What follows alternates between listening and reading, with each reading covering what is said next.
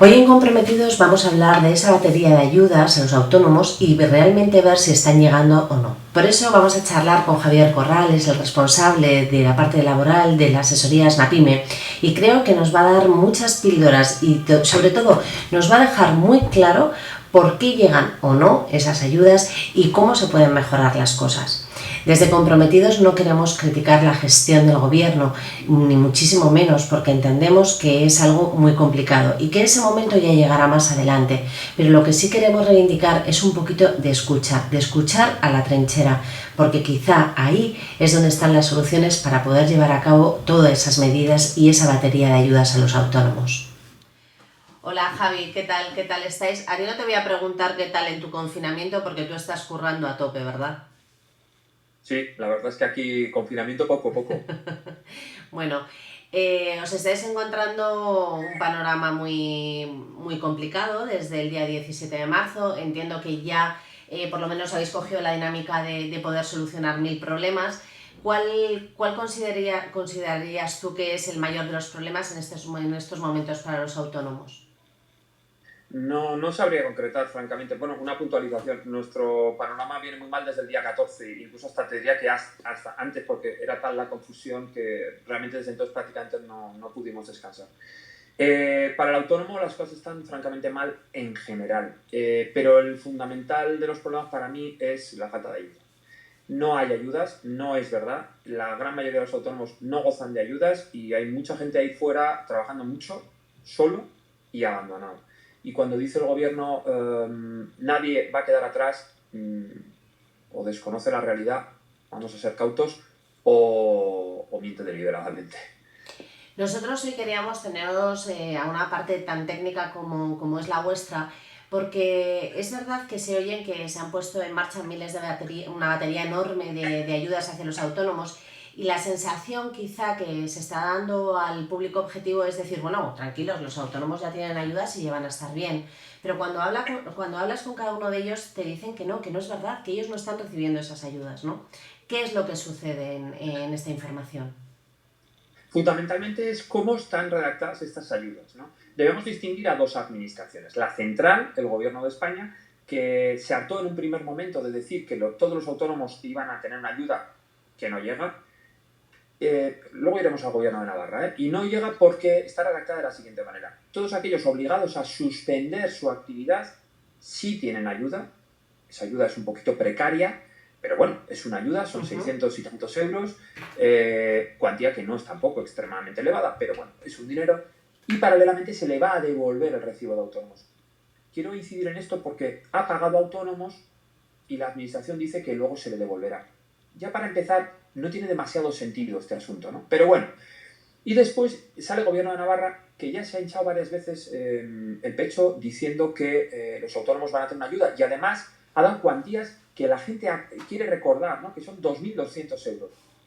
A mí me llama mucho la atención esto, ¿no? Es decir, Gobierno de Navarra publicita una y mil veces que el autónomo va a tener 2.200 euros y el autónomo cree que sí, y la opinión pública también. Pero estas ayudas no se pueden solicitar, no hay formulario, no hay organismo, no hay cómo, y de hecho, tal como están redactadas ahora, casi nadie las cobrará. Entonces, el desastre en el que está sumido el autónomo es absoluto, ¿no? Y Sí, ejemplos.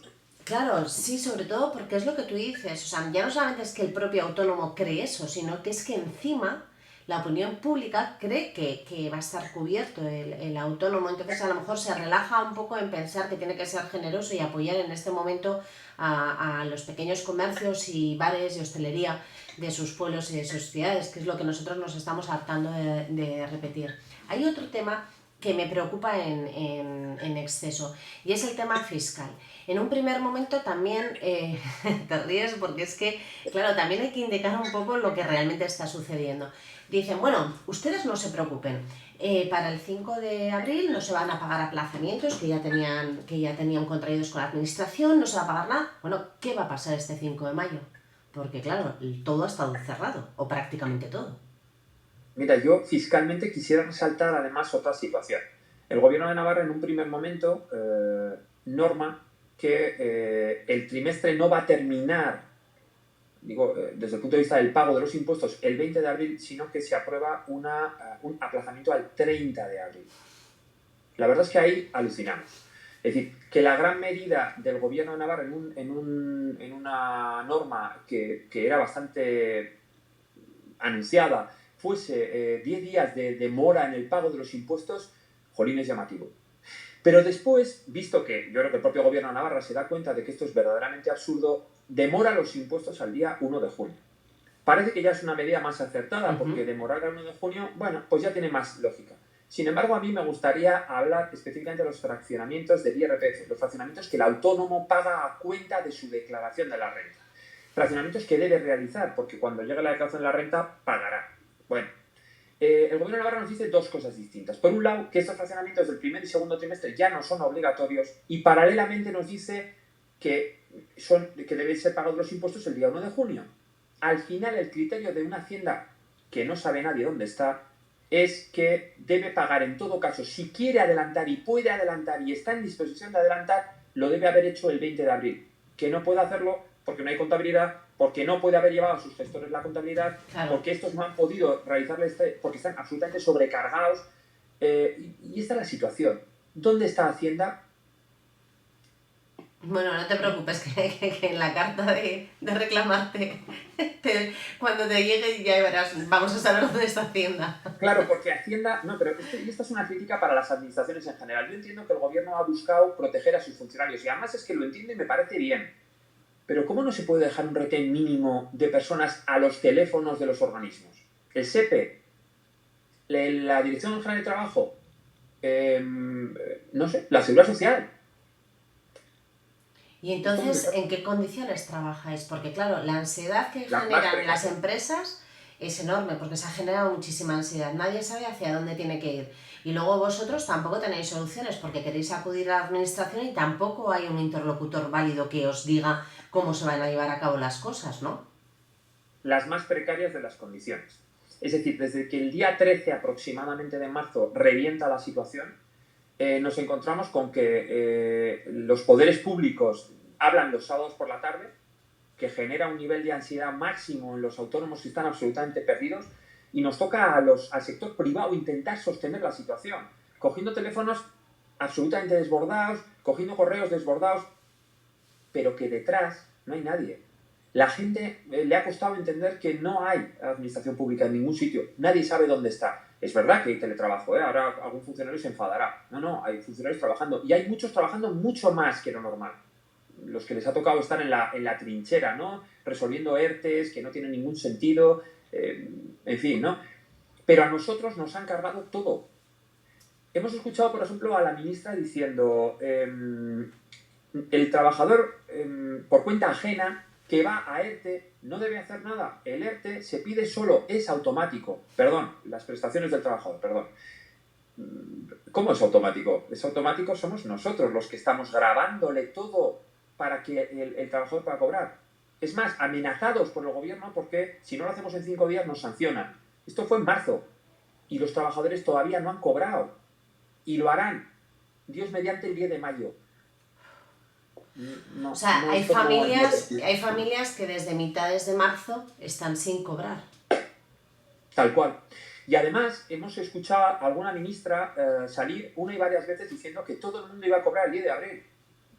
A mí me sorprende, porque esto es o profundo desconocimiento, intuyo que es esto, o profundísimo desconocimiento, además se jacta ella de que el desconocimiento lo tienen los demás, o es profundo desconocimiento como máxima autoridad de trabajo de este país, o pues una intención de mentir deliberadamente, pero sabíamos que el 10 de abril prácticamente nadie va a cobrar. Y así va a ser, es que era imposible. Pero hubiera sido posible hacerlo de otra manera. Hubiera sido posible alterar los calendarios de pago del Servicio Público de Empleo. ¿Por qué tienen que pagar sí o sí el día 10? Claro. ¿Por qué no se paga el 1, el 2 o el 3? No lo entiendo yo tampoco. No tiene sentido. No tiene sentido. Es decir, la administración no ha estado. Y la verdad es que a estas alturas tampoco sé si se le espera. Es decir, toda la normativa que van publicando es más... Es decir, en muchas ocasiones es deliberadamente confusa, parece ser con la intención de contentar a todo el mundo, pero el autónomo está absolutamente vendido. Ayer, bueno, antes de ayer estuvimos con Ramón, una persona que tiene empresa y tiene una tienda de iluminación y aparte una empresa de iluminación. Y él me decía, él explicaba muy bien porque le dije, bueno, ¿qué te parecen las medidas fiscales y los bancos? Y me decía a mí, Isabel, es que me da la risa. Y era un poco de desesperación. No, no entiendo, y sí que me gustaría apelarlo desde aquí, porque, bueno, a lo mejor nos dan a startar, pero yo pienso que la administración tendría que coger asesores, pero realmente que vengan de la trinchera. No, que no, con esto no digo que los técnicos no sean buenos, que seguro que serán muy buenos para dar forma y para dar contenido a lo que están haciendo, pero quizá el recurrir a las trincheras para saber exactamente lo que está sucediendo y cuáles son las medidas que se tienen que tomar, creo que no es algo descabellado, porque se lleva haciendo en todas las conquistas del mundo desde que el humano es humano, y es la manera de poder triunfar, ¿no? Fíjate, me dejas que te ponga dos ejemplos. Hablas Por de supuesto. este autónomo, de este empresario que tiene una actividad, ¿no? Por cuenta propia. A nuestro alrededor, en Pamplona, tenemos todos ejemplos claros de negocios a los que vemos que continúan vendiendo. Y muchos pueden tener la tentación de pensar que, no tanto quizás que estén haciendo su agosto, pero sí que probablemente estarán pensando muchos que estos autónomos están sobreviviendo y capeando el temporal con cierta facilidad. Por ejemplo, un modelo de negocio cualquiera, una cafetería. Aquí está el tema muy claro. La cafetería está obligada a cerrar, está obligada, por tanto, a tener que haber mandado a sus trabajadores al ERTE y se le dice, yo a usted ya le voy a ayudar. Voy a pagarle 600 y pico euros y además le devolveré el recibo de autónomos. Pero, por ejemplo, este autónomo tiene que pagar los préstamos en los que se metió para el modelo de negocio y con 600 euros, si tiene que comer.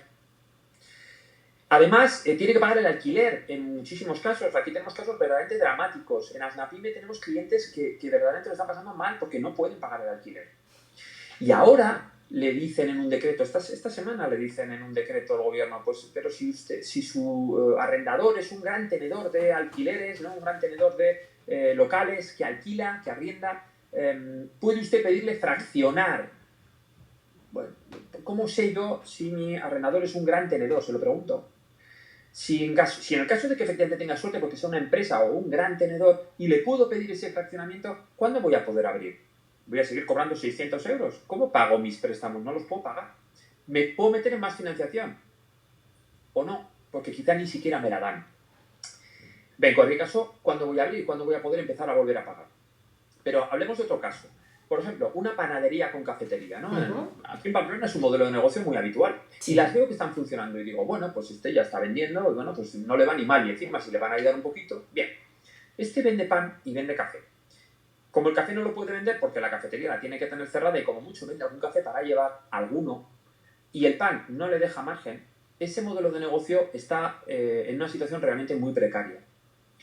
Es muy curioso que para que pueda percibir las ayudas tiene que haber reducido sus ventas al menos en un 75%. Cuidado, sus ingresos, sus ventas, no sus beneficios. Sus beneficios los ha visto decrementados en mucho más que un 75%, pero las ayudas no las va a cobrar.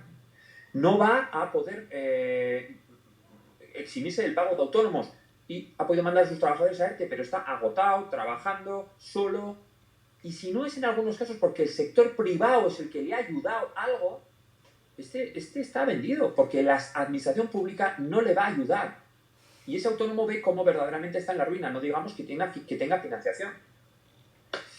Este es un caso que se da con mucha habitualidad y lo tenemos al lado, lo vemos prácticamente todos los días.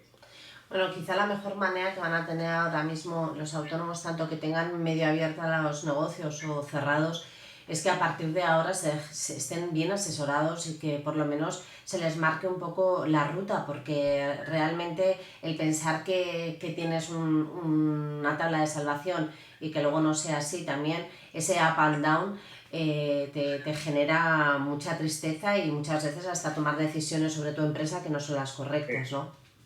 Sí, además de que ese autónomo pobre del que se ha autogestionado en el pago de impuestos o se ha autogestionado en el tema de cargos de la seguridad social o de hacer unas nóminas, porque este está abocado al absoluto desastre, porque si no tiene un asesoramiento externo, solo no se va a poder asesorar porque la administración no está.